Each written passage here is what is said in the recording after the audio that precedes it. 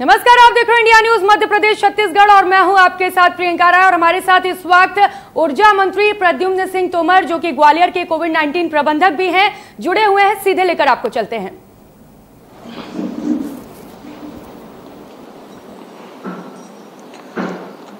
जी बिल्कुल, देखिए जिस तरह से मध्य प्रदेश में कोविड की दूसरी लहर आई है और उसको लेकर मध्य प्रदेश सरकार ने, मुख्यमंत्री शिवराज सिंह चौहान ने अलग अलग जिले के प्रभार मंत्री बना दिए हैं। ऐसे ही ग्वालियर का प्रभारी कैबिनेट मंत्री प्रद्युम्न सिंह तोमर को बनाया है और प्रद्युम्न सिंह तोमर लगातार इस बात की मॉनिटरिंग कर रहे हैं कि ग्वालियर में अच्छा इलाज, बेहतर इलाज और लोगों को समय पर इलाज मुहैया कराया जा सके। इसको लेकर लगातार प्रयास किया है। ग्वालियर में ऑक्सीजन की कमी, वेंटिलेटर की कमी, अस्पतालों में इंजेक्शन की कमी और मरीजों को कई प्रकार की दिक्कतों का सामना भी आया था। सिंह तोमर लगातार डटे रहे और उन लोगों से, उनके पास रूबरू होते रहे लगातार। मंत्री ने पहले ऐसे प्रभारी मंत्री हैं जिन्होंने अपने बंगले पर एक हेल्प डेस्क बनाया है, जो लोग फोन लगा रहे हैं, उनसे मदद मांग रहे हैं।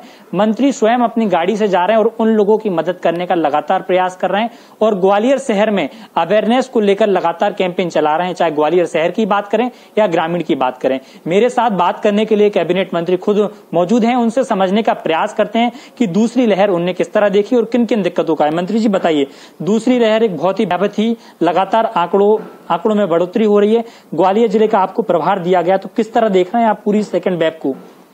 देखिए, मैं आपको बताना चाहता हूं कि द्वितीय ये लहर आई, इससे काफी क्षति हुई है इस शहर को, प्रदेश को, देश को। मैं आप सबको ये बताने में पीड़ा भी मन को होती है, कई हमने साथी खोए हैं इसमें, परंतु हमारे द्वारा, सरकार द्वारा एक दो स्तर पर हमने ऑक्सीजन के बेड बढ़ाए, हमने आईसीयू बेड बढ़ाए, हम लोगों ने, सरकार ने कोविड सेंटर बनाए। ऑक्सीजन की कमी थी, उस किल्लत को भी विषम परिस्थितियों में दूर किया और लोगों को इलाज उपलब्ध कराने का पूरा प्रयास हम लोगों ने किया है। अब की से जो सबसे बड़ी दिक्कत है जो आई, उसको अब आगे हम लोग कोशिश करेंगे कि स्थायी रूप से दूर करें। एक उदाहरण के रूप में मैं कहना चाहता हूं कि जैसे किसी के घर में बारात 500 की बुलाई जाए और वहां पे 10,000 आदमी एक साथ पहुंच जाए, तो सबको खाना नहीं मिल सकता, सबको नहीं ठहराया जा सकता। उसके लिए वेट करना पड़ेगा, इंतजार करना पड़ेगा, व्यवस्थाएं जमा नहीं पड़ेंगी। उसी तरीके से इस दूसरी लहर में हमको बेड बढ़ाने पड़े, कुछ अस्थायी रूप से हमको कम्युनिटी हॉल या जो सामाजिक संस्थाओं ने कुछ अस्थायी रूप से बेडों की व्यवस्था की। ऑक्सीजन की लाइनें उतनी नहीं थी, तो ऑक्सीजन कंसंट्रेटर सरकार ने व्यवस्था की, सामाजिक संस्थाओं ने भी व्यवस्था की, जिसके कारण इस दूसरी लहर से आज ग्वालियर कोरोना पर विजय प्राप्त करने की ओर कदम बढ़ा दिए हैं। और कल जो है ऑक्सीजन, जो हमारे क्षेत्र की पॉजिटिविटी रेट है, वो 2.88 थी। मंत्री जी बिल्कुल, आप लगातार प्रयास कर रहे हैं, तीसरी लहर आने की बात चल रही है, उसको लेकर सरकार किस तरह की तैयारी कर रही है और आपने खास तौर पर ग्वालियर में किस तरह की तैयारी कर रखी है उसको लेकर? देखो, तीसरी लहर की जो आपने बात की है, उसके लिए हमने जैसे सिविल अस्पताल में 15 आईसीयू बन रहे, 15 आईसीयू का बेड बन रहा है। डबरा में आईसीयू का बेड, ऑक्सीजन बेड की व्यवस्था कर रहे हैं, मोहना में कर रहे हैं, आपका जिला अस्पताल मुरार में बढ़ा रहे हैं हम। 500 बेड का नया 1000 बिस्तर का जो अस्पताल बन रहा है, उसमें 500 बेड के नए बेड तैयार करके उसमें भी ऑक्सीजन बेड और 96 आईसीयू बेड होंगे। इस तरह की व्यवस्था हम कर रहे हैं, पर भगवान से ये प्रार्थना करते हैं कि तीसरी लहर शायद हम लोगों को न दिखाए, ऐसी हमारी प्रार्थना है। एक सरकार ने मरीज मित्र योजना शुरू की है और उसके साथ ही फॉलो ओपीडी जो बनाई है वो ग्वालियर में बनाई है। मध्य प्रदेश में पहली ओपीडी ऐसी बनाई है जो कोविड पॉजिटिव मरीज को फॉलो अप करेंगे। जिन लोगों को दिक्कत आ रही है या जो लोग कमजोरी महसूस कर रहे हैं उन लोगों को फॉलो अप करने का काम करेंगे। तो इस ओपीडी में किस तरह के लोग रहेंगे और जो मरीज मित्र योजना बनाई है उनमें कौन कौन लोग रहेंगे और मरीज से इस तरह जोड़ेंगे लोगों को। देखिए, ग्वालियर में हमने मरीज मित्र योजना बनाई है और इसका फंडा बड़ा साफ है। जो लोग सेवा करना चाहते हैं, जो परिजन के अगर पिता भर्ती हैं तो अपने पिता की सेवा भी करना चाहता है और दूसरे लोगों को भी वहां सहयोग करना चाहता है, इससे हम जो है उन मरीजों को भी मदद मिलेगी, एक घरेलू वातावरण पैदा होगा और उसके लिए हम लोगों ने एक पीपी किट वो उसने वैक्सीनेशन कराया हो, ये सारे उसमें कुछ हमने गाइडलाइन तय की हैं, ये ग्वालियर में शुरू की है। ग्वालियर में हमने यही नहीं कि ग्वालियर के मरीज अगर भर्ती है अंदर तो उसकी वीडियो कॉलिंग कराने की व्यवस्था भी वहां पे हमने की हुई है। यही नहीं, एक घर जैसा वातावरण मिले तो हमने सुबह शाम दोपहर भजन कीर्तन वहां पे ऑडियो में हमने सिस्टम फिट कर रखे हैं, जिससे लोग इस समय अपने आप को जो अकेला महसूस करते हैं तो सुन करके मन को शांति मिले। इसके साथ ही जिस तरह से आपने के हेल्प टैक्स बनाई है अपने बंगले पर, तो उस पर लोगों की किस तरह की शिकायतें आ रही हैं? कई बार ऐसा देखा जा रहा है कि जो लोग डेली कमाते हैं, डेली खाते हैं, उनको राशन की बड़ी परेशानी आ रही है। तो इनको किस तरह देख रहे हैं आप और कितनी अभी तक लोगों को व्यवस्था आप ग्वालियर वासियों को कर चुके हैं? देखिए, मैं आपको स्पष्ट रूप से बताना चाहता हूं कि हमारे प्रदेश के यशस्वी मुख्यमंत्री माननीय शिवराज सिंह जी ने ये कि लोग भूख के कारण, क्यों लॉकडाउन की स्थिति है, लोग जो रोज कुआं खोदते हैं, रोज पानी पीते हैं, उनके लिए राशन मिले। तो 3 महीने का राशन मध्य प्रदेश की सरकार ने, 2 महीने का राशन माननीय प्रधानमंत्री नरेंद्र मोदी जी भारत सरकार ने दिया और राशन सबको मिले। दूसरा, जिन लोगों पे पर्चियां पात्रता पर्ची नहीं है तो उनके लिए अस्थायी पात्रता पर्ची जारी करने के निर्देश दिए गए हैं और ग्वालियर में लगभग 5000 के करीब पात्रता पर्चियां जनरेट होने की प्रक्रिया में है। तो 5000 परिवारों को, तो हमारा कहना है कि ये लोगों को राशन मिले, ये सुनिश्चित किया है। आयुष्मान कार्ड पे लोगों को निःशुल्क इलाज मिले, इसलिए आयुष्मान कार्ड बन रहे हैं और आयुष्मान कार्ड के लिए केंद्र खोले गए हैं और ग्वालियर में हम लोगों ने ये प्रयास करके गाड़ियों पे भी लोगों को बैठाल के बस्तियों में उनको भेज रहे हैं, वहां पे आयुष्मान के कार्ड बने और उनको वो कार्ड मिले, जिससे वो गरीब जो इलाज नहीं करा पा रहे हैं वो इलाज करा सकें। ये काम भी ग्वालियर में चल रहा है। ग्वालियर ग्रामीण से 2 ऐसी तस्वीरें आ रही हैं, एक जहां कई ग्रामीण के लोग हैं जो वैक्सीनेशन में जाकर बढ़ चढ़कर हिस्सा ले रहे हैं। दूसरी ओर तस्वीरें कुछ ऐसी भी आ रही हैं जहां ग्रामीण लोगों में डर है, भय है। लोगों का कहना कि अगर हम वैक्सीन लगाएंगे या कोविड की जांच कराएंगे तो हमें भी कोरोना हो जाएगा। तो इस लोगों को अवेयरनेस कैंपेन आप ग्वालियर ग्रामीण में किस तरह चलाएंगे? देखिए, मैं बिल्कुल ग्वालियर क्षेत्र में, ग्रामीण क्षेत्र में मैं हमारे सभी सम्मानीय जनप्रतिनिधि, सामाजिक संस्थाओं के लोग, हमारे कलेक्टर वगैरह सब हम ग्रामीण क्षेत्रों में भी जा रहे हैं और लोग इस समय में बड़े लोगों का जो सहयोग है और जो सामाजिक संस्थाएं, वो सारे लोग जागरूकता के साथ काम कर रहे हैं। अब एकाध कोई अपवाद हो सकता है, लोग क्योंकि वो अपने बेटा बेटी को प्यार करते हैं, वो अपने माँ बाप को प्यार करते हैं, उनको स्वस्थ देखना चाहते हैं, इसलिए उन्होंने तय किया है कि हम वैक्सीन लगवाएंगे और इस कोरोना को हराएंगे। इसलिए सब लोगों के अंदर जीने की इच्छा शक्ति है और वैक्सीन ही इस कोरोना को पराजित करेगा। इसलिए ये माहौल ग्रामीण क्षेत्र में भी बन रहा है और हम खुद भी, मैं दिन में रात में जाकर के उन क्षेत्रों में इस बात के लिए हम लोग प्रचार प्रसार कर रहे हैं, लोगों को बता रहे हैं कि वैक्सीन कोरोना पर विजय के लिए आवश्यक है। मंत्री जी, ग्वालियर में ही नहीं पूरे मध्य प्रदेश में इस तरह की बातें उठ रही हैं, जो 18+ के ऊपर के जो लोग हैं ऑनलाइन रजिस्ट्रेशन कर रहे हैं तो उन्हें वैक्सीन का सेंटर नहीं मिल पा रहा। यानी कि कहा जा सकता है कि कई जगह ऐसी भी तस्वीरें आ रही हैं कि लोगों को वैक्सीन उपलब्ध नहीं हो पा रही। कई तरह के सवाल खड़े हो रहे हैं। विपक्ष भी इस तरह को लेकर लगातार केंद्र सरकार को, राज्य सरकार को घेरने का प्रयास कर रहा है, तो इसको किस तरह देख रहे हैं? देखिए आदरणीय, मैं आपके सभी सम्मानित साथियों से अपील करना चाहता हूं, अगर आप भगवान की मूर्ति देखोगे ना तो भगवान की मूर्ति में देखने वाला कई कमियां निकाल देगा, पर हम और श्रद्धा के साथ उनको देखें। हमें जो काम करना सकारात्मक सोच के साथ वो हमें करना चाहिए। निश्चित रूप से कुछ तकलीफें हैं, उन तकलीफों को दूर करने का प्रयास हमारी सरकार निरंतर कर रही है। इस समय विपक्ष को भी ये चाहिए, राजनीति जब हम लोग रहेंगे तो राजनीति तो करते रहेंगे ना, रहेंगे नहीं तो राजनीति होगी कहां से।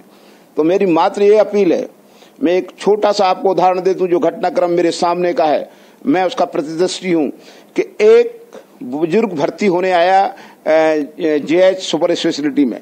वो भर्ती हुआ, उसके 2 बेटे थे, तो उन बेटों ने कहा कि हम इस अस्पताल में काम करना चाहते हैं। मैंने कहा हम कुछ पैसा देंगे? बोले नहीं, बोले हम अपने माँ बाप की सेवा करेंगे, अपने पिता की सेवा करेंगे और 20 लोगों के और लैट्रिन बाथरूम उठाएंगे। तो देखिए, उन्होंने ये कमी नहीं बताई उस हॉस्पिटल की, उन्होंने इलाज और उस वातावरण को अच्छा बनाने की कोशिश की है। तो मैं ये कहना चाहता हूं कि अगर वैक्सीन सेंटर पे कोई कमी है तो उस वैक्सीन सेंटर पे जाएं, लोगों को वहां समझाएं, और कोई कमी है तो वहां के कलेक्टर से बात करें, टीकाकरण अधिकारी से बात करें। इस समय लोगों को प्रेस पे, इलेक्ट्रॉनिक या प्रिंट मीडिया में कोई माहौल नेगेटिवता का बनाने की कोशिश करेंगे तो इससे हमारे लोगों को नुकसान होगा। मेरी अपील है कि सकारात्मक सोच के साथ हम इस समय लोगों के साथ खड़े हों। मंत्री जी, कोरोना के बाद ब्लैक फंगस के बाद व्हाइट फंगस की भी बातें अब सामने आ लगी हैं। तीसरी लहर की यहाँ पर बात आने लगी है कि तीसरी लहर बच्चों में खतरनाक हो सकती है। तो ब्लैक फंगस को लेकर खास तौर पर ग्वालियर जिले में क्या तैयारी कर रखी है? आप देखिए, हमने एक अलग से विभाग इसका खोला है, 45 बेड लगाए हैं और इलाज चालू हो गया है और इंजेक्शन लग रहे हैं, जरूरत है तो ऑपरेशन हो रहे हैं। ये सारी सुविधाएं ग्वालियर में ली हैं और इसके लिए हमारे प्रदेश के मुख्यमंत्री ने बड़ी चिंता जाहिर की है। अभी माननीय शिवराज सिंह साहब आए थे, माननीय श्रीमंत ज्योतिरादित्य सिंधिया जी उनके साथ आए थे। उन्होंने इस पे बहुत जोर दिया, ब्लैक फंगस पे। माननीय नरेंद्र सिंह जी भी साथ में थे और भी लोग थे चर्चा में। तो ये मैं आपसे कहना चाहता हूं कि हमारी तैयारी हर स्तर पर है और हम ये विश्वास के साथ कह सकते हैं कि सबके सहयोग से कोरोना हारेगा और हम जीतेंगे। इसके साथ ही जो निजी अस्पताल हैं उनमें कई ऐसी तस्वीरें देखने को मिल रही हैं जहां एक मरीज का बिल 4 से 5 लाख रुपए का बना दिया जा रहा है। लेकिन आयुष्मान योजना की जिस तरह से सरकार बात कर रही है, कई अस्पताल ऐसे देखे जा रहे हैं जहां आयुष्मान कार्ड नकली हैं, फर्जी बनाए गए हैं। ऐसा मामला ग्वालियर में भी आ गया है और कई अस्पताल ऐसे हैं जो आयुष्मान कार्ड लेने से मना कर देते हैं। उन अस्पतालों का साफ कहना यही होता है कि आप कैश पेमेंट लाइए, उसके कैश पेमेंट पर ही हम मरीज का इलाज करेंगे। तो ऐसे अस्पतालों पर किस तरह के इंतजाम किए जाएंगे आगे को लेकर? जिस तरह से CMHO भी लगातार नोटिस दे रहे हैं अस्पतालों पर, कार्रवाई भी देखने को मिली है, लेकिन आप किस तरह देख रहे हैं इस पूरे मसले को? देखिए, इसके लिए हमने शिकायत के सेंटर बनाए हुए हैं, जहां शिकायत मिलती है हम अधिकारियों को भेज रहे हैं, टीम जा रही है और हमारा वैसे हॉस्पिटल वाले भी सहयोग कर रहे हैं। और मैं हॉस्पिटल के संचालकों से निवेदन कर रहा हूं, डॉक्टर्स बंधु द्वितीय भगवान हैं, बड़ी सेवा कर रहे हैं, पैरामेडिकल स्टाफ, पुलिस स्टाफ, सभी लोग, मैं उनको प्रणाम करता हूं। अगर कहीं कुछ कमियां हैं तो उनको हम ठीक कर रहे हैं, परंतु गरीब को इलाज जरूर आयुष्मान कार्ड पे मिलेगा, ये विश्वास आप रखिएगा। मध्य प्रदेश में डॉक्टर्स को, नर्स को लेकर एक दिक्कत आ रही है। उनकी मांग है कि उनकी भर्ती जल्द से जल्द की जाए, लेकिन प्रदेश सरकार लगातार उन्हें आश्वासन दे रही है। इस बात को लेकर ग्वालियर में भी विरोध देखने को मिला और मध्य प्रदेश के कई ऐसे जिले हैं जहां पर पैरामेडिकल जो स्टाफ है, नर्स एसोसिएशन ने हंगामा किया और उन्हें हड़ताल भी की इस बात को लेकर कि जल्द से जल्द भर्ती की जाए। कोविड का दौर चल रहा है, लगातार नर्स पैरामेडिकल स्टाफ मेहनत कर रहा है, उसके बावजूद भी उनकी भर्ती की प्रक्रिया अभी तक शुरू नहीं हो पाई। देखिए, अभी हमने 1000 से ज्यादा भर्ती की है और उनको जिलेवार अलॉटमेंट हो रहा है, मतलब उन डॉक्टरों और नर्सों को डिस्ट्रीब्यूशन हो रहा है। और मैं आपसे ये स्पष्ट रूप से कहना चाहता हूं कि कुछ कमियां हैं, तो उन कमियों को हम दूर करने की कोशिश करेंगे। बढ़ती महंगाई लगातार सता रही है। इस बात को लेकर विपक्ष लगातार विरोध प्रदर्शन कर रहा है। अभी 2 दिन पहले ही मध्य प्रदेश में कांग्रेसी कार्यकर्ताओं ने छत पर खड़े होकर केंद्र सरकार और राज्य सरकार के खिलाफ नारेबाजी की। पेट्रोल के भाव 100 के पार हो गए, तेल 160 रुपए का हो गया। तो लगभग महंगाई बढ़ती जा रही है। तो कोविड का दौर है, कोरोना कर्फ्यू लगा हुआ है, लोगों का रोजगार चल नहीं रहा। तो इसको किस तरह देख रहे हैं? देखिए, मेरा कहना है कि महंगाई की एक इशू अलग है ये, पर इस समय सबसे बड़ा इशू है कोरोना। तो कांग्रेस का कोई साथी, मैं उनसे अपील करना चाहता हूं कि सकारात्मक सोच के साथ कोरोना के लिए मैदान में आएं, कोविड सेंटरों का निर्माण करें। 60 साल सत्ता में रहे हैं, जन सहयोग से, अपने वरिष्ठ नेताओं के सहयोग से कांग्रेस को चाहिए, अगर मध्य प्रदेश में इस ग्वालियर में आपने नेतागिरी की है तो यहाँ के लोगों को सहयोग की जरूरत है इस समय। राजनीति तो जो हमने फिर कह रहा हूं मैं, हम और आप रहेंगे तो महंगाई के लिए भी लड़ेंगे, और भी चीज समस्या हैं उनके निदान के लिए लड़ेंगे, पर सबसे पहला हमें कोरोना पर विजय पाना है, लोगों को सुरक्षित रखना है। ये नैतिक दायित्व कर्तव्य है हमारा, वो हमें करना चाहिए। और ये सेवक पूरी दृढ़ विश्वास के साथ कह रहा है। आज मुझे क्या जरूरत है कि मैं कोरोना के सुपर स्पेशलिटी अस्पताल के अंदर किट पहनकर जाऊं? क्यों? इसलिए जा रहा हूं कि उन मरीजों को क्या दिक्कत है, उस दिक्कत का समाधान कैसे होगा। आज देखिए कि कल मैं एक रोड पर खड़ा हुआ, वहां पे जो लोग निकल रहे हैं उनसे प्रार्थना कर रहा है ये सेवक। सरकार की मंशा है कि वो कोरोना में ना निकलें, उनको मास्क का अरेंजमेंट करें। ये जन जागरण चलाने की जरूरत है। सिर्फ हम ये नहीं, लोग गाड़ी निकल रही है, पुलिस कार्रवाई नहीं कर रही है, ये कह करके हमको बचना नहीं है। हमको इस काम को स्वयं ऐसे लें कि हम लोगों को निवेदन करें, उनको सचेत करें। तो ये दायित्व है। नेतागिरी तो हम कर लेंगे, ये विरोध, कमियां तो हम निकाल सकते हैं। मैं अभी कह सकता हूं किसी भी व्यक्ति में कमियां निकाल दें, तो हम कमी निकालने के लिए ही सिर्फ अवसर देख रहे हैं, या ये अवसर ईश्वर ने हमें सेवा का दिया है? ये कृतज्ञ रहो ईश्वर के कि इन हाथों को, इनसे उनकी सेवा कराने का तुम्हें शुभ अवसर दिया है। इस अवसर को मत जाने दो, ये मैं लोगों से प्रार्थना करूंगा विनम्र। एक तरफ रेमडेसिविर इंजेक्शन को लेकर जिस तरह से मध्य प्रदेश में दिक्कत आ रही थी, आलाबाजारी की बातें भी सामने आई थी। अब ब्लैक फंगस के इंजेक्शन को लेकर कमी देखी जा रही है। प्रदेश के कई ऐसे जिले हैं जहां पर ब्लैक फंगस के संक्रमित मरीज आ चुके हैं, लेकिन उनको इंजेक्शन नहीं मिल रहा। वो कमिश्नर को, कलेक्टर को पत्र लिख देते हैं, अस्पताल लिख देते हैं पत्र, उसके बाद भी उन्हें इंजेक्शन समय पर नहीं पहुंच पा रहा। देखिए, मैंने कहा कि इंजेक्शनों की कमी हो सकती है, उनको समय रहते पूर्ति करने की कोशिश की जा रही है। रेमडेसिविर के बारे में भी बड़ी लोगों ने है तो मचाई, आज उस कमी को दूर किया। ऑक्सीजन की है तो मचाई, आज उसकी कमी को दूर किया। समय थोड़ा सा लगता है, और मैं फिर कह रहा हूं कि ब्लैक फंगस के लिए भी समय पर इंजेक्शन की उपलब्धता सुनिश्चित हो रही है, और हम व्यक्तियों के इलाज के लिए वचनबद्ध हैं। ये आपको हम विश्वास देना चाहते हैं, और मैं लोगों से सिर्फ एक अपील, प्रार्थना करना चाहता हूं। वो मेरी प्रार्थना है कि हमें मास्क अनिवार्य रूप से लगाना है, हमें वैक्सीन जरूर लगवाना है, और दूरी 2 गज की रखना है हमको। और अगर हमें थोड़ी सी भी शिकायत है तो हम संकोच न करें, फीवर क्लिनिक पे तत्काल जाएं, अपनी जांच कराएं, और अगर हमारे जांच पॉजिटिव आती है तो अगर घर में व्यवस्था है तो होम आइसोलेशन करें, या कोविड सेंटर जाएं, या अस्पताल जाएं। हमको इस चैन को तोड़ना पड़ेगा। नहीं, आपने 1 से मिलकर के 10 तक पहुंचा दिया, 10 वो 20 तक पहुंचाएंगे। तो इस क्रम को रोकने में भी आम जन के सहयोग की अपेक्षा मैं करता हूं, और मुझे भरोसा है लोग कर रहे हैं। मंत्री जी, एक आखिरी सवाल की ग्वालियर जिले में कोरोना कर्फ्यू 30 मई तक लगा हुआ है, और हमने देखा, आपने भी देखा इस बात को लेकर कि पुलिस की सख्ती, प्रशासन की सख्ती जिस तरह से है। कोरोना कर्फ्यू एकमात्र उपाय है कि कोरोना कर्फ्यू जब से लगा दिया गया है तो अब आंकड़ों में गिरावट भी देखी है, क्योंकि लोग घरों में हैं और कोरोना पे नियंत्रण हो रहा है। तो इसको अब आगे को लेकर किस तरह देख रहे हैं? देखिए, कोरोना कर्फ्यू लंबे समय तक नहीं लगाया जा सकता है। लोगों को रोजगार, लोगों के काम धंधे बंद हैं, हम उसको भी ध्यान में रखे हुए हैं सरकार, और हम इसीलिए प्रयास कर रहे हैं कि इसका कड़ाई के साथ पालन हो, कि 30 तारीख तक जो आज हमारी पॉजिटिविटी रेट 2.88 है वो घट करके या 0 हो जाए, या 1 से कम आ जाए, तो हम पुनः ग्वालियर पूरा मध्य प्रदेश देश विकास की ओर दौड़ने लगे। मध्य प्रदेश वासियों को क्या संदेश देना चाहेंगे और क्या अपील करना चाहेंगे? मैं सभी से, मैंने कहा, फिर हाथ जोड़ के अपील करता हूं, प्रार्थना करता है ये सेवक कि हमको मास्क लगाना है, 2 गज की दूरी रखना है, वैक्सीनेशन में भाग लेना है, लोगों को मैं ये प्रचार प्रसार करना है कि कोरोना से जीतने के लिए वैक्सीन जरूरी है, मास्क लगाना जरूरी है और दिन में 2-3 बार साबुन से हाथ धोना जरूरी है। जरूरत पड़ने पर ही, काम पड़ने पर ही घर से निकले।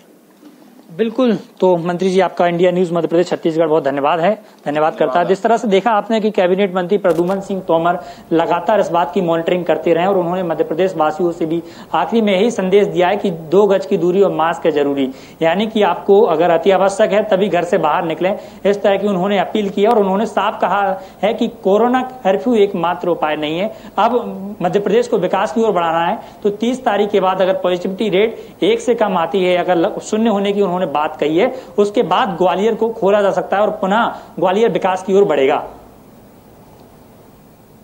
बहुत शुक्रिया प्रद्युम्न जी आपका इंडिया न्यूज के साथ जुड़ने के लिए। तो ये थे हमारे साथ मध्य प्रदेश के ऊर्जा मंत्री प्रद्युम्न सिंह तोमर, जो कि ग्वालियर के कोविड-19 प्रभारी भी है। इस दौरान उन्होंने बताया कि किस तरीके से ग्वालियर में कोविड-19 को लेकर तमाम व्यवस्थाएं की जा रही है। इसके साथ ही उन्होंने लोगों से ये भी अपील की कि लोग घरों में रहें, सुरक्षित रहें और कोविड नियमों का पालन करें। इंडिया न्यूज भी लगातार आपसे अपील करता है कि घरों में रहें, सुरक्षित रहें। बहुत शुक्रिया।